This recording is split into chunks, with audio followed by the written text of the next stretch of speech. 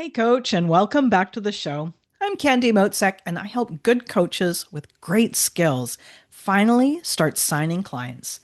So, if you've been thinking about becoming a coach, this episode is everything you need. Today, I'm pulling back the curtain and walking you through exactly what I'd do if I had to start my coaching business completely from scratch in 2025. Not 10 years ago, not in theory, right now, with today's tools, trends, and challenges. If you're just getting started or you're starting over, this episode is going to save you so much time and second guessing. There are 8 steps, and that's all you need. Save this episode if you've been thinking about becoming a coach. It really does have everything you need. It's simple, and we're going to simplify it even further, and we're going to focus on what really moves the needle. No fluff, just clarity. All right, let's go. The first, get coached. Work with a coach. So, this is the first step. You may have heard of coaching, but until you've experienced it, you're not really going to understand how it helps. If you haven't experienced coaching yet, then you're not sure what you're getting into. So, if you've been thinking about becoming a coach, this is the first thing to do. Work with your own coach to experience it. It's kind of like saying that you want to be an AI expert, but you've never even tried ChatGPT. Or thinking, maybe I want to travel the world full time, but you've never even been away from your hometown. If those are your dreams, then great. But get started with AI. Or book your first international trip. And in this case, hire a coach. Then you'll know if this is really your path.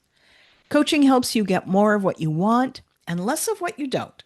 And it helps you grow faster and it helps you do it in a more fulfilled, satisfying way.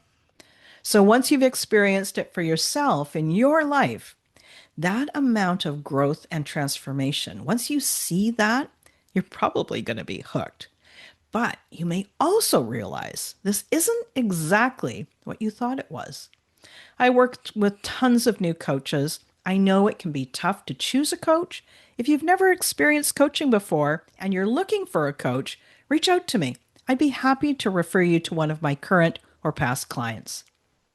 Next, decide that you're going to do it. I know that this sounds kind of simple, but decide that you're going to be a coach. So many people think about becoming a coach. They dream of it, they ponder it, but they don't actually decide. Nothing happens until you make a decision.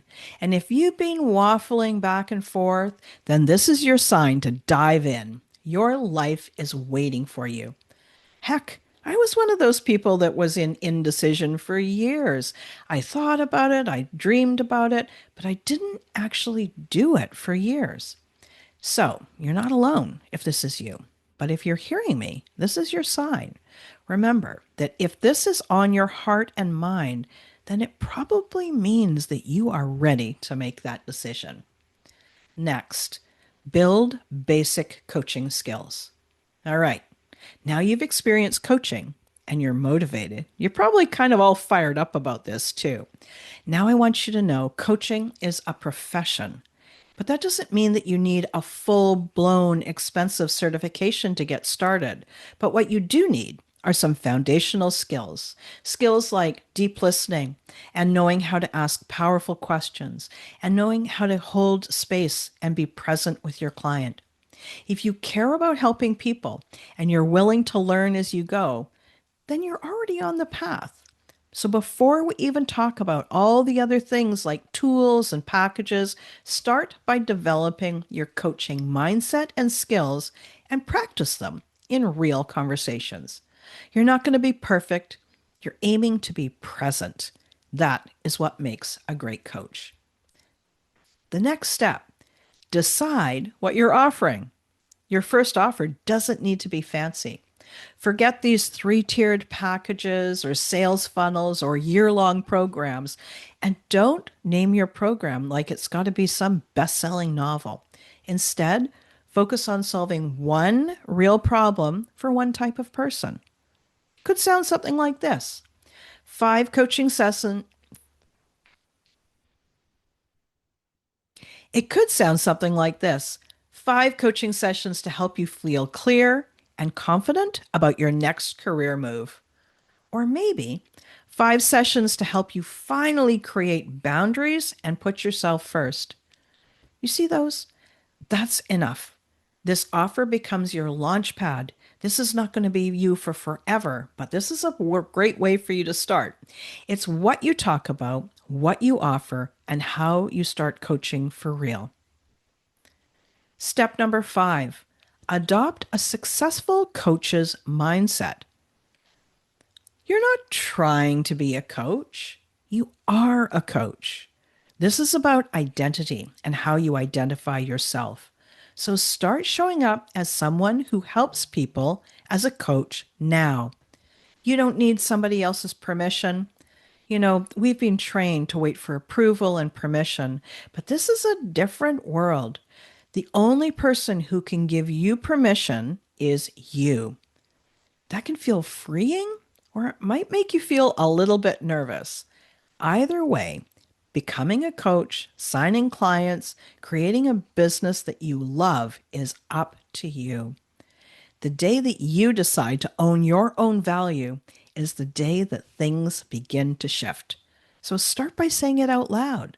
Start acting like the coach, that successful coach that you want to be, and your brain and the world is going to follow suit. Next, set up the bare minimum tools. Here's what you don't need. You don't need a website. You don't need a course platform. You don't need an automated funnel. What you actually need to get going is really 4 simple things. A scheduling tool, something like Calendly. It works great. It's going to stop you from going back and forth with that next client over email, trying to find a time to work. It makes it easy for them and it makes it easy for you. The other thing is a Zoom or Google Meet. Anything that allows you to meet with your clients online. I always recommend coaches do online because it really sets you up for that freedom business right from the start. You know, that business where you can work from anywhere at any time? That's what allows you to do. The next thing is a way to take payment. It could be a Stripe account or a PayPal account, or you can decide on direct transfer. And the fourth is a basic coaching agreement. So that's it. You can get fancy later. You can do all those other things when you're ready. But for now, you only need those 4 things. So set yourself up to coach someone tomorrow. Doesn't take long to set those 4 things up. And then you're going to be ready when that next client comes. The next step, talk to 20 real people. Yeah, this is a big one. Up until now, we've been getting all ready, but now this is where the rubber meets the road. Your first clients are going to come from connections, not campaigns. So start some real conversations. Make a list of 20 people in your world. Reach out with genuine care. Let them know you're coaching. Ask how they're doing. Offer to support them or somebody they know. This isn't about cold selling. It's about being visible. And when people know that you're here to help, they're going to remember you when they need it. You don't need 1,000 followers to make this work. You only need 20 honest, connected conversations. Many of the most successful coaches that I know started this way. They made a list of people, connected with each of them, and invited each of them to a coaching experience. Because, let's be clear, most people have heard of coaching, but they've never experienced it. Once they experience it, that is a whole different ballgame.